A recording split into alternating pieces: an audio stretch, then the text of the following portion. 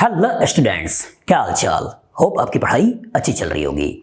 मैं अश्विनी कौर गुप्ता आज अपने स्लाइड के कॉरस्पॉन्डिंग जो मैंने क्लास में पढ़ाया है उसी के कॉरस्पॉन्डिंग एरोमेटिक कंपाउंड की क्या क्या केमिकल रिएक्शन हो सकते हैं कम टाइम में आपको प्रॉपर तरीके से तैयार करने वाला हूं। चलिए देखिएगा। अगर एरोमेटिक कंपाउंड के जनरल रिएक्शन की बात करते हैं तो इसका जनरल रिएक्शन होता है इलेक्ट्रोफिलिक सब्स्टिट्यूशन रिएक्शन। इसके 5 कॉमन रिएक्शन होते हैं: halogenation, nitration, sulphonation, Friedel-craft alkylation और फ्रेडल-क्राफ्ट एसाइलेशन। ये 5 रिएक्शन प्रॉपर तरीके से आपके दिमाग में बैठ जाना चाहिए। इसके बाद हम बात करते हैं इनके मैकेनिज्म की। तो इसकी मैकेनिज्म 3 स्टेप में प्रोसीड करता है। पहला, फॉर्मेशन ऑफ एन इलेक्ट्रोफाइल, ये तरीके हैं जिससे इलेक्ट्रोफाइल बनाया जाता है। दूसरा, अटैक ऑफ एन इलेक्ट्रोफाइल, इसमें इलेक्ट्रोफाइल का अटैक होता है, कोरोस्पॉन्डिंग इंटरमीडिएट का फॉर्मेशन है। और तीसरा, डी प्रोटोनेशन, इसके कोरोस्पॉन्डिंग प्रोटॉन को खींच के फिर से एरोमेटिक कैरेक्टर को रीगेन कर लेते हैं। तो ये जो स्टेप है अटैक ऑफ एन इलेक्ट्रोफाइल, यही आपका आरडीएस होता है। मतलब जितना ज्यादा इसके पास पैसा होगा, रिएक्टिविटी उतनी ज्यादा होगी, और जितना ज्यादा स्टेबल कार्बोकेटाइन बनेगा उतनी आसानी से ये बन जाता है। इससे क्वेश्चन पूछे जाते हैं और चैप्टर में जाकर 11th क्लास 12th क्लास सबको मिलाते हुए रिएक्टिविटी का क्वेश्चन पूछ सकता है। थोड़ा अच्छा नॉर्मल हर तरह के क्वेश्चन इसके कॉरस्पॉन्डिंग पूछे जाते हैं और कंपटीशन में इसके क्वेश्चन आते हैं। इसके कॉरस्पॉन्डिंग क्या क्या परम्यूटेशन कॉम्बिनेशन बन सकता है, हैलोजिनेशन में क्या क्या चेंजेस करके क्वेश्चन पूछ सकता है, नाइट्रेशन में क्या क्या चेंजेस करके क्वेश्चन पूछ सकता है, सल्फोनेशन में क्या क्या चेंजेस हो सकते हैं, फ्रेडल-क्राफ्ट अल्काइलेशन में क्या क्या चेंजेस हो सकते हैं, फ्रेडल-क्राफ्ट एसाइलेशन में क्या क्या चीजें हो सकते हैं। फ्रेडल-क्राफ्ट ने पहले अल्काइलेशन दिया, क्यों उसका मॉडिफिकेशन किया, एसाइलेशन क्यों आया, ये कॉन्सेप्ट भी प्रॉपर तरीके से आपको आना चाहिए। इन 5 रिएक्शन में एक रिएक्शन है सल्फोनेशन जो कि रिवर्सिबल है, ये भी प्रॉपर तरीके से आना चाहिए। अब चूंकि RCO आ चुका है, हम चाहते हैं कि HCO फॉर्मल्डिहाइड भी CHO भी जुड़ जाए, तो इसके कोरस्पॉन्डिंग 2 रिएक्शन आते हैं, गेटरमैन-कोच रिएक्शन और गेटरमैन रिएक्शन। मतलब ये 8 रिएक्शन यहां से निकले। उसके बाद नाइट्रोसेशन रिएक्शन और क्लोरोमिथाइलेशन रिएक्शन, ये भी प्रॉपर तरीके से आना चाहिए। मतलब अगर मैं बेंजीन के ऊपर इलेक्ट्रोफिलिक सब्स्टिट्यूशन रिएक्शन की बात करें तो 5 reaction halogenation, nitration, sulphonation, alkylation, acylation तो आना ही चाहिए। साथ साथ डिसल्फोनेशन या protonation, Gattermann-coach reaction, Gattermann reaction और यहाँ पे नाइट्रोसेशन रिएक्शन और क्लोरोमिथाइलेशन रिएक्शन भी प्रॉपर आना चाहिए। इसके बाद अगर मैं बेंजीन में कोई ग्रुप लगा के बारे में सोचूं तो इसका मतलब ये कुछ क्वेश्चन है, इसके कोरस्पॉन्डिंग मैंने क्लास में डिस्कस किए थे। अब कहानी के अंदर ऐसा हो सकता है कि घर में कोई एटम, एक ग्रुप ऑफ एटम पैसा दे, और ऐसा भी हो सकता है घर से कोई पैसा खींचे। इसके बेसिस पे टर्म यूज होता है activating group and deactivating groups. 11th class के 12th क्लास के चैप्टर्स हैं, इसमें कहाँ एक्टिवेशन है कहाँ डीएक्टिवेशन है, चैप्टर के लिमिटेशन से निकल जाए तो कहाँ एक्टिवेशन कहाँ डीएक्टिवेशन हो सकता है। इसके बाद अगर मैं डायरेक्टिंग नेचर की बात करें कि जब ग्रुप लगा होगा तो उसके बेसिस पे इलेक्ट्रोफिल कहां आएगा। अगर एक ग्रुप लगा होगा तो क्या सोचना है, उसके बेसिस पे 2 कॉन्सेप्ट आते हैं, ऑर्थो पैरा डायरेक्टिंग ग्रुप और मेटा डायरेक्टिंग ग्रुप। कभी कभी कहानी के अंदर एक हो तो इसके कॉरस्पॉन्डिंग कुछ क्वेश्चन है, और कभी कभी ऐसा भी हो सकता है कि एक से ज्यादा ग्रुप लगे हों, दोनों के दोनों इलेक्ट्रॉन डोनेटिंग हो, एक इलेक्ट्रॉन डोनेटिंग हो, एक इलेक्ट्रॉन विड्रॉइंग हो, दोनों को इलेक्ट्रॉन विड्रॉइंग हो। इसके पीछे के क्या कॉन्सेप्ट हैं प्रॉपर मैंने बताया है। जब डायरेक्टिंग नेचर वाला कॉन्सेप्ट आपके दिमाग बैठ जाता है, कुछ क्वेश्चन आप प्रॉपर तरीके से लगा लेते हो, आपका कॉन्सेप्ट इनहेंस हो जाता है, उसके बाद कहानी में आता है एराइल हैलाइड।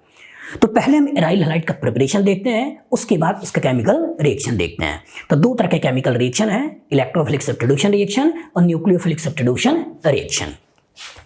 इलेक्ट्रोफिलिक सब्स्टिट्यूशन का 5 halogenation, nitration, sulphonation, alkylation, acylation, ये तो नॉर्मल है जिसमें इन जनरल पैरा वाला मेजर हो जाता है।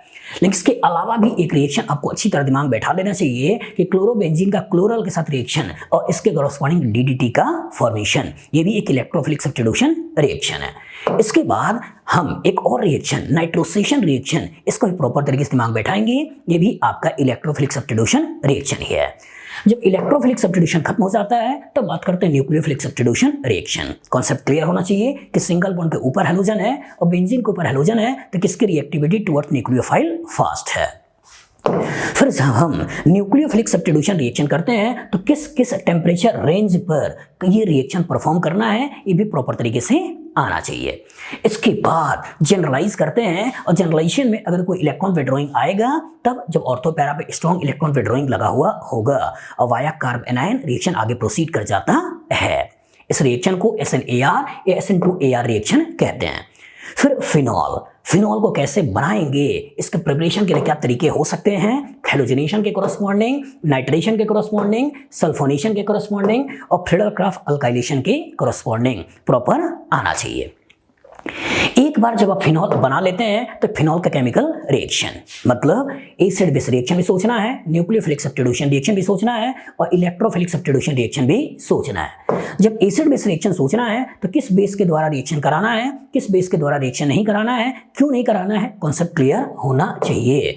फिर हम जब इलेक्ट्रोफिलिक सब्स्टिट्यूशन रिएक्शन करते हैं तो हैलोजिनेशन अलग कंडीशन में, नाइट्रेशन अलग अलग कंडीशन में, सल्फोनेशन का एब्नॉर्मल प्रोडक्ट और जब अल्काइलेशन एसाइलेशन करना है तो पहले रिएक्टिविटी कम करके आगे रिएक्शन को प्रोसीड कराना है। मतलब हमको क्लियर होना चाहिए कि जब रिएक्टिविटी कम करना होता है तो क्या तरीका यूज करते हैं और फिर जब रिएक्शन करना होता है बाद में इस एस्टर को फिनॉल में कन्वर्ट करना होता है तो क्या हमको डालना होता है। मतलब हम न्यूक्लियोफिलिक सब्स्टिट्यूशन रिएक्शन का हेल्प लेते हुए फिनॉल की रिएक्टिविटी को कम करते हैं, प्रॉपर क्लियर होना चाहिए। कुछ एडिशनल रिएक्शन ऑफ फिनॉल में रिमा-टिमन रिएक्शन का इफ बट सब कुछ क्लियर होना चाहिए। उसके बाद हम कोल्बी रिएक्शन, इसका भी कॉन्सेप्ट प्रॉपर तरीके क्लियर होना चाहिए। उसके बाद हम जो सैलिसिलिक एसिड बना रहे हैं कोल्बी रिएक्शन से या एक्सटेंशन ऑफ रिमा-टिमन रिएक्शन से तो इसके कोरस्पॉन्डिंग एस्प्रीन का बनना, सेलॉल का बनना, ऑयल ऑफ विंटरग्रीन का बनना प्रॉपर तरीके से क्लियर होना चाहिए। इसके बाद अगर बात करते हैं तो फिनॉल का थैलिक एनहाइड्राइड से रिएक्शन करके फिनोफ्थलीन का बनना ये भी प्रॉपर तरीके से क्लियर होना चाहिए। मतलब ये हुआ कि कहानी के अंदर रिमा-टिमन रिएक्शन भी इलेक्ट्रोफिलिक सब्स्टिट्यूशन रिएक्शन है, कहानी के अंदर कोल्बी रिएक्शन भी इलेक्ट्रोफिलिक सब्स्टिट्यूशन रिएक्शन है, कहानी के अंदर फिनोफ्थलीन का बनना भी इलेक्ट्रोफिलिक सब्स्टिट्यूशन रिएक्शन है, कहानी के अंदर बेकेलाइट का बनना भी एक इलेक्ट्रोफिलिक सब्स्टिट्यूशन रिएक्शन है, पैरा को ब्लॉक करके इस नोवोलैक का बनना भी इलेक्ट्रोफिलिक सब्स्टिट्यूशन रिएक्शन है। इस इलेक्ट्रोफिलिक सब्स्टिट्यूशन रिएक्शन में हम नाइट्रोसेशन रिएक्शन भी करा सकते हैं, ये भी एक इलेक्ट्रोफिलिक सब्स्टिट्यूशन रिएक्शन है। नॉर्मल पूछना होगा तो ऐसे दिखाकर, अच्छा पूछना होगा तो ऐसे दिखाकर कंडीशन में क्वेश्चन पूछ लिए जाते हैं। जब हम फिनॉल से निकलते हैं तो कहानी में आता है एनिलीन। तो एनिलीन को कैसे हम बनाते हैं ये तरीका प्रॉपर तरीके से क्लियर होना चाहिए। फिर एनिलीन का केमिकल रिएक्शन क्या क्या कराना है वो भी प्रॉपर तरीके से क्लियर होना चाहिए। तो क्या क्या केमिकल रिएक्शन है, कहानी में एसिड बेस रिएक्शन हो सकता है, कहानी में न्यूक्लियोफिलिक सब्स्टिट्यूशन हो सकता है, कहानी में इलेक्ट्रोफिलिक सब्स्टिट्यूशन रिएक्शन हो सकता है। जब एसिड बेस रिएक्शन कराना है तो किसके द्वारा कराना है, किसके द्वारा नहीं कराना है, कब ये एसिड का काम करता है, कब ये बेस का काम करता है, प्रॉपर तरीके से क्लियर होना चाहिए।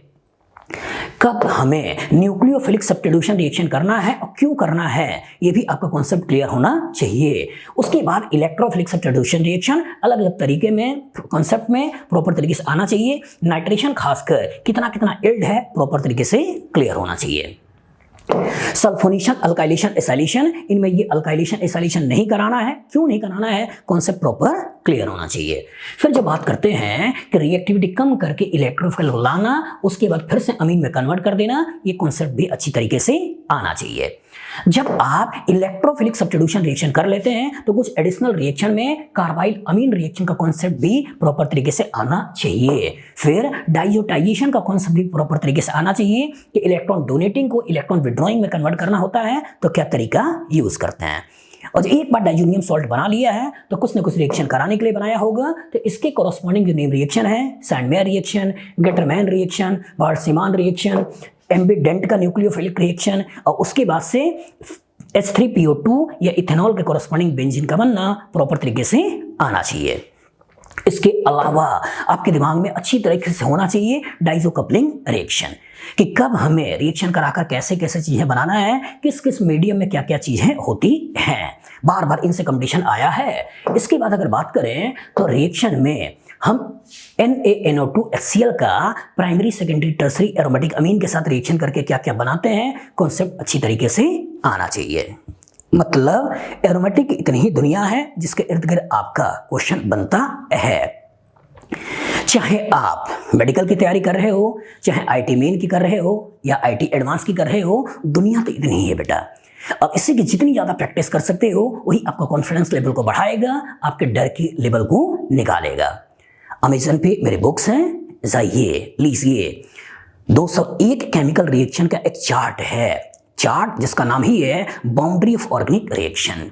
उसको लीजिए, देखिए, हेल्प मिलेगी। डिस्क्रिप्शन बॉक्स में मैं दे दूंगा, वहां से क्लिक करके वहां पे पहुंच जाइएगा और बाउंड्री ऑफ केमिकल रिएक्शन को ले लीजिएगा।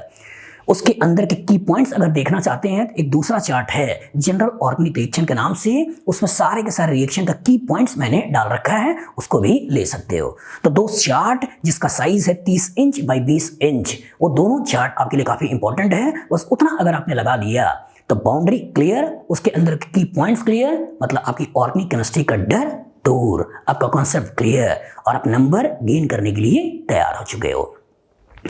ऑफलाइन में जुड़ना चाहते हो, आ जाओ कोटा, प्रॉपर तरीके से पढ़ेंगे और आपकी केमिस्ट्री के डर को हम दूर करेंगे।